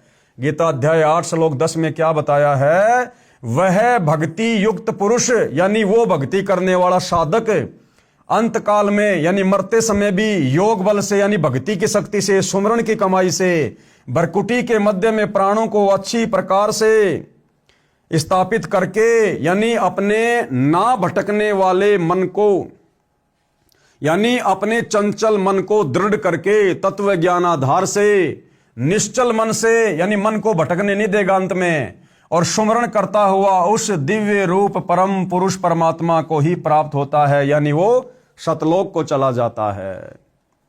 गीता बोलने वाला नाशवान है। गीता बोलने वाला कौन? ये काल ब्रह्म जो श्री कृष्ण जी के शरीर में प्रेत की तरह प्रवेश करके गीता जी का ज्ञान दे रहा है, ये काल ब्रह्म ये नाशवान है, ये जन्म और मृत्यु में है। दूसरा परम अक्षर ब्रह्म अविनाशी है। परम अक्षर ब्रह्म कौन? कबीर देव, जो जन्म और मरण से दूर है। प्रमाण के लिए गीता अध्याय 4 श्लोक 5, अध्याय 2 श्लोक 12, अध्याय 10 श्लोक 2 में पढ़िए, जिनमें गीता ज्ञानदाता ने अपना जन्म मृत्यु होना स्वीकारा है। यानी गीता जी का ज्ञान देने वाला ये ब्रह्म, ये काल, ज्योति निरंजन, ब्रह्मा विष्णु महेश का पिता, दुर्गा का पति, ये स्वयं गीता अध्याय 4 श्लोक 5 में, गीता अध्याय 2 श्लोक 12 में, गीता अध्याय 10 श्लोक 2 में खुद स्वीकार करता है कि अर्जुन तेरे और मेरे बहुत जन्म हो चुके हैं, तू नहीं जानता, मैं जानता हूं। मेरे जन्म और कर्म अलौकिक हैं। तो जब ये खुद ही नाशवान है, तो इसकी ओम नाम की भक्ति करके ब्रह्मलोक में जाने वाला भला अविनाशी कैसे हो सकता है? जन्म मरण से कैसे छूट सकता है? 184 योनियों की पीड़ाओं से कैसे मुक्ति पा सकता है? अविनाशी कौन है? परम अक्षर ब्रह्म है भाई, जिसकी भक्ति करने से जीव अविनाशी पद को प्राप्त करता है। प्रमाण के लिए गीता अध्याय 4 श्लोक 5, अध्याय 2 श्लोक 12, अध्याय 10 श्लोक 2 में पढ़िए, जिसमें गीता ज्ञानदाता ने अपना जन्म मृत्यु होना स्वीकारा है। तथा गीता अध्याय 2 श्लोक 17 में तथा अध्याय 15 के श्लोक 17 में अपने से अन्य यानी परम अक्षर ब्रह्म परमेश्वर को अविनाशी बताया है। गीता अध्याय 2 श्लोक 17 में, गीता अध्याय 15 के श्लोक 17 में गीता ज्ञान देने वाले काल ब्रह्म ने अपने से अन्य उस परम अक्षर ब्रह्म को अविनाशी बताया है, सबका नियंता, सबका धारण पोषण करने वाला बताया है, और उसी की शरण में जाने की सलाह साधक यानी अर्जुन को दे रहा है। गीता अध्याय 18 श्लोक 62 में उसी की शरण में जाने को गीता बोलने वाला आपके अनुसार श्री विष्णु जी ने कहा है। तो भैया श्री विष्णु जी फिर अविनाशी कहां हुए? परम पुरुष कहां हुए? सारी सृष्टि के मालिक कहां हुए? जब श्री विष्णु जी आप लोगों के अनुसार गीता जी का ज्ञान देने वाले अर्जुन को अपने से अन्य उस तत् ब्रह्म, परम अक्षर ब्रह्म, दिव्य पुरुष की शरण में जाने की सलाह दे रहे हैं। वह परमेश्वर यानी परम अक्षर ब्रह्म कौन है, कैसा है, उसकी शरण कैसे प्राप्त होती है, ये जानने के लिए पेज नंबर 48 पर लिखे फोन नंबरों पर SMS करके पुस्तकें मंगाकर पढ़िए, जो आगे आप जी को मिलेंगे। कृपया पढ़े फोटोकॉपी उपरोक्त श्लोकों की। गीता अध्याय 2 श्लोक 12 की फोटोकॉपी, जिसमें गीता ज्ञान देने वाला काल ब्रह्म अपनी जन्म और मृत्यु के विषय में बातें कर रहा है कि मैं अविनाशी नहीं हूं। न तू एवं अहम, कि अर्जुन ना ही तो तू और ना ही मैं, जातु न आसम न तवम न इमे जनाधिपा, न च एवं न भविष्याम सर्वे वयम अतः परम। न तो ऐसा ही है कि मैं किसी काल में नहीं था। देखो गीता ज्ञानदाता क्या कह रहा कि अर्जुन, ना तो ऐसा है कि मैं किसी काल में नहीं था, अर्थात मैं भी हर समय जन्म लेकर आता हूं, अथवा तू नहीं था, अर्थात तू भी जन्म और मृत्यु में है, तू भी बार बार जन्म लेता है और मरता है। और न ही ऐसा है कि इनमें आगे हम सब नहीं होंगे, और ना ऐसा है कि हम आगे भी नहीं जन्मेंगे या नहीं मरेंगे, हम आगे भी जन्मेंगे और मरेंगे। फिर गीता अध्याय 4 श्लोक 5 की फोटोकॉपी, इस पर श्री भगवान बोले यानी गीता ज्ञान देने वाला बोला, हे परंतप अर्जुन, मेरे और तेरे बहुत से जन्म हो चुके हैं। आपकी आंखों के सामने है भाई और बहनों, किसी प्रकार की कोई मिलावट नहीं, कोई झूठ नहीं। ये गीता प्रेस गोरखपुर से प्रकाशित और जय दयाल गोविंदका जी द्वारा अनुवादित गीता है। आप जी इसको मंगवा कर पढ़ सकते हैं, खरीद कर पढ़ सकते हैं। शब्दा शब्द यहां पर लिखा हुआ है, और हमारे धर्म गुरु सदियों से हमारे को पढ़ा रहे थे, ना खुद समझ पाए ना हमें समझा पाए, ना खुद का जन्म मरण समाप्त किया ना हमारे पूर्वजों का करवा सके।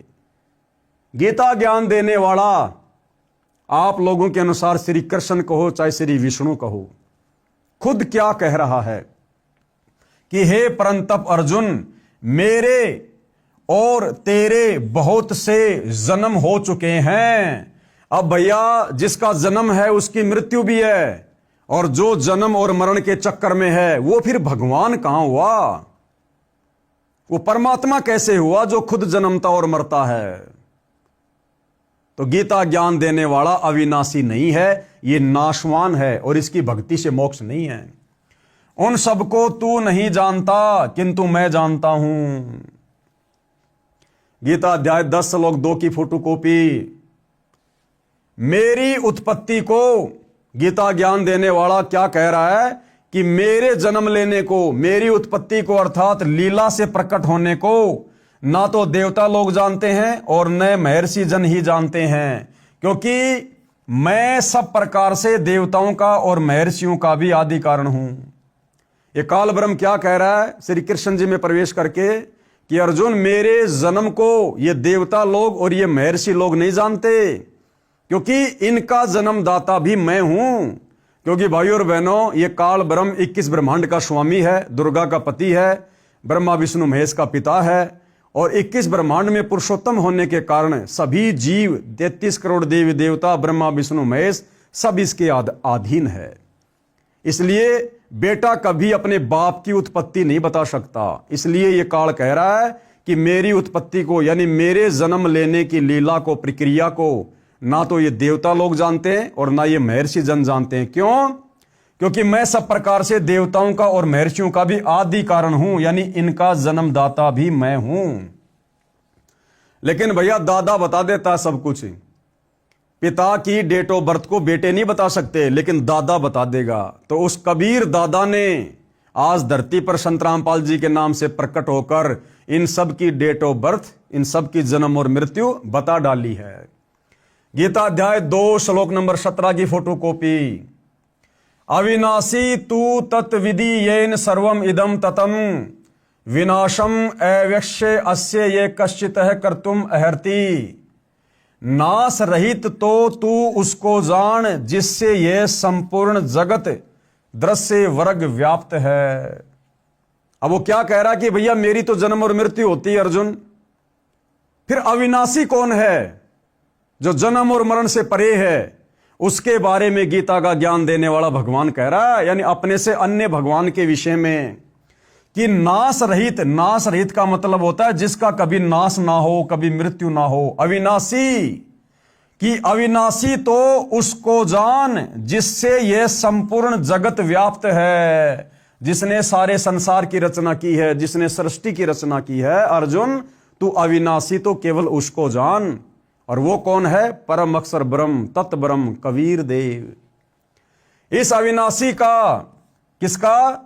कबीर देव का, परम अक्षर ब्रह्म का विनाश करने में कोई भी समर्थ नहीं है, कि उस कबीर भगवान को मारने में संसार में कोई भी समर्थ नहीं है। फिर गीता अध्याय श्लोक 15 की फोटोकॉपी। उत्तम पुरुष तू अन्य परमात्मा इति उदारते ये लोग तर्रम अवश्य विभर्ति अवय ईश्वर। उत्तम पुरुष तो अन्य ही है।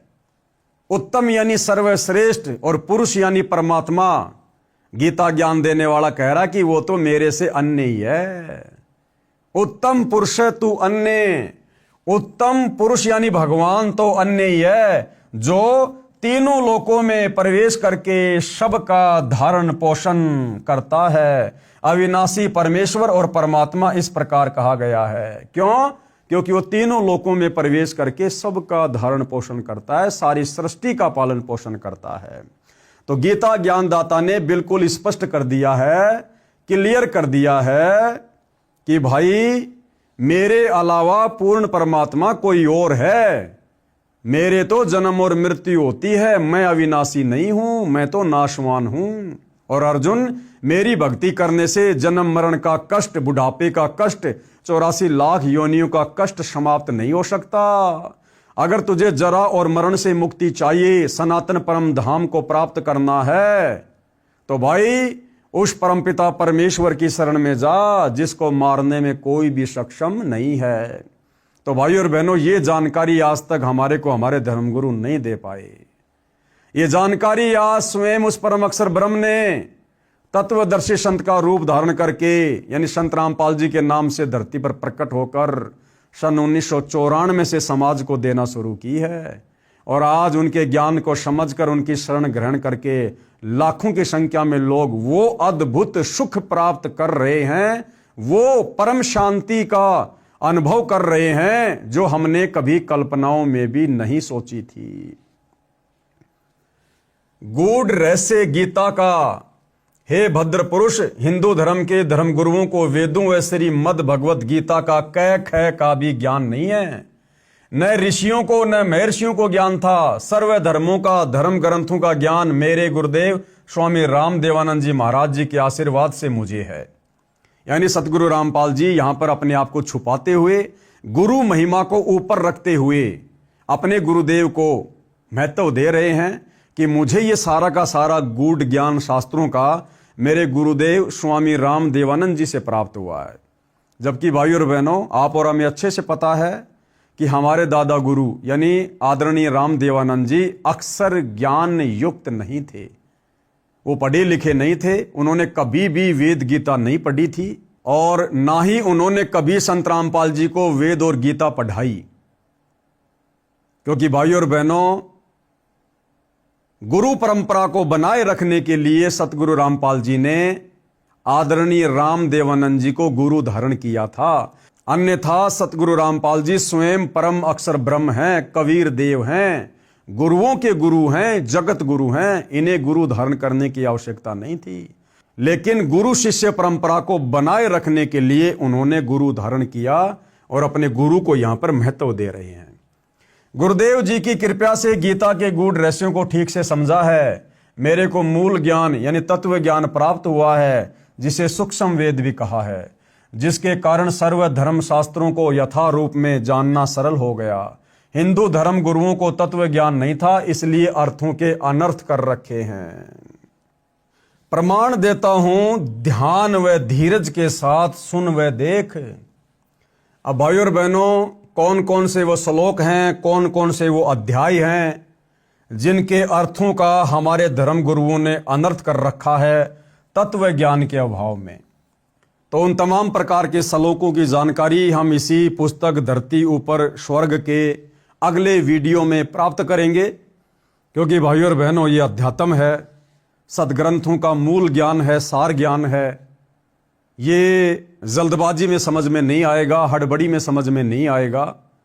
इसलिए हम धीरे धीरे इस पुस्तक के ऊपर आगे बढ़ेंगे और जितना हम पढ़ रहे हैं उसको हम समझेंगे, उसके ऊपर हम अमल भी करेंगे। तो भाई और बहनों, इतना समय निकालने का फायदा है। अन्यथा इस कान से सुनकर इस कान से निकाल दोगे, कोई फायदा नहीं होगा। तो आज के वीडियो में गुरुदेव भगवान के आशीर्वाद से केवल इतना ही। अगले वीडियो में हम आगे की जानकारी प्राप्त करेंगे। तब तक के लिए गुरुदेव भगवान हम सबको आज्ञा दे, आशीर्वाद दे, हमें सद्बुद्धि दे। बंदी छोड़ सतगुरु रामपाल जी भगवान की जय हो।